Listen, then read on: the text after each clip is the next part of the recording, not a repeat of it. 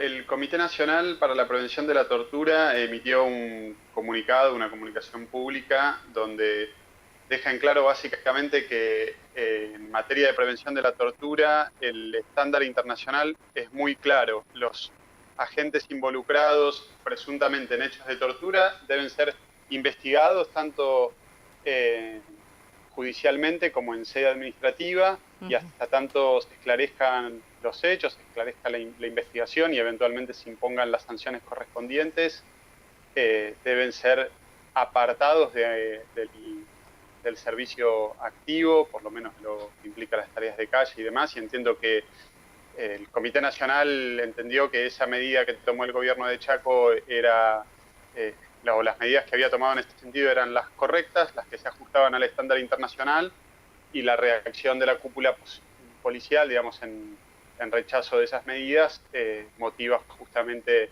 el comunicado que hemos sacado de respaldo, porque también ahí se vislumbraba un intento de pretender condicionar Ujú.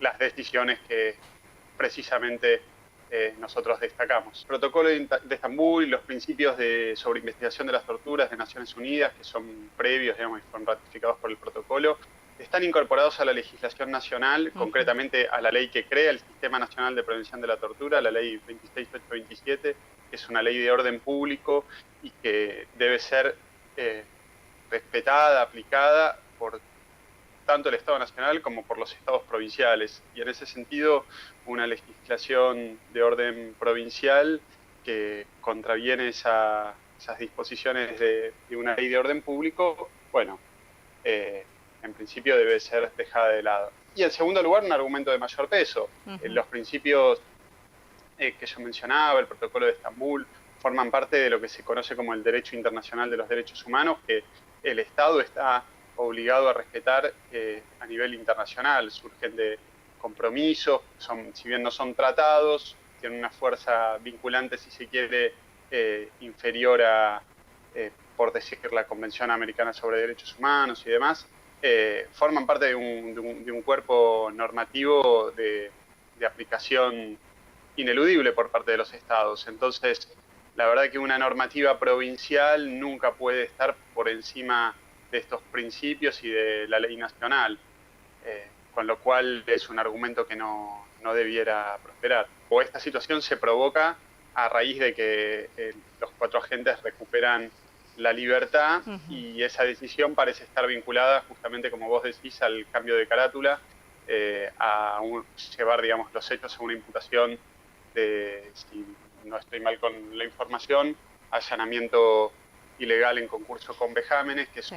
un tipo penal, digamos, el de vejámenes, que se suele utilizar para eh, reducir o de alguna manera no refleja la gravedad de los hechos, eh, digamos, se suele utilizar para no aplicar el tipo penal, el delito de tortura, ¿no? Ujú. Es como una vía de escape para tratar eh, de alguna manera salvar, ¿no? A quien está acusado de hechos tan graves.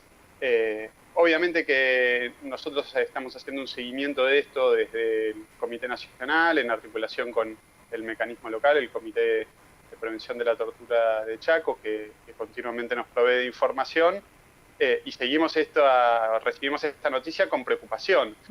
Es una instancia preliminar, la investigación debe seguir, pero ciertamente preocupa y llama la atención porque, bueno, los hechos fueron bien conocidos por todos, que se adopte esta calificación. No hemos tenido todavía acceso a los fundamentos, Ujú. seguramente cuando lo hagamos podamos tener un análisis más detallado.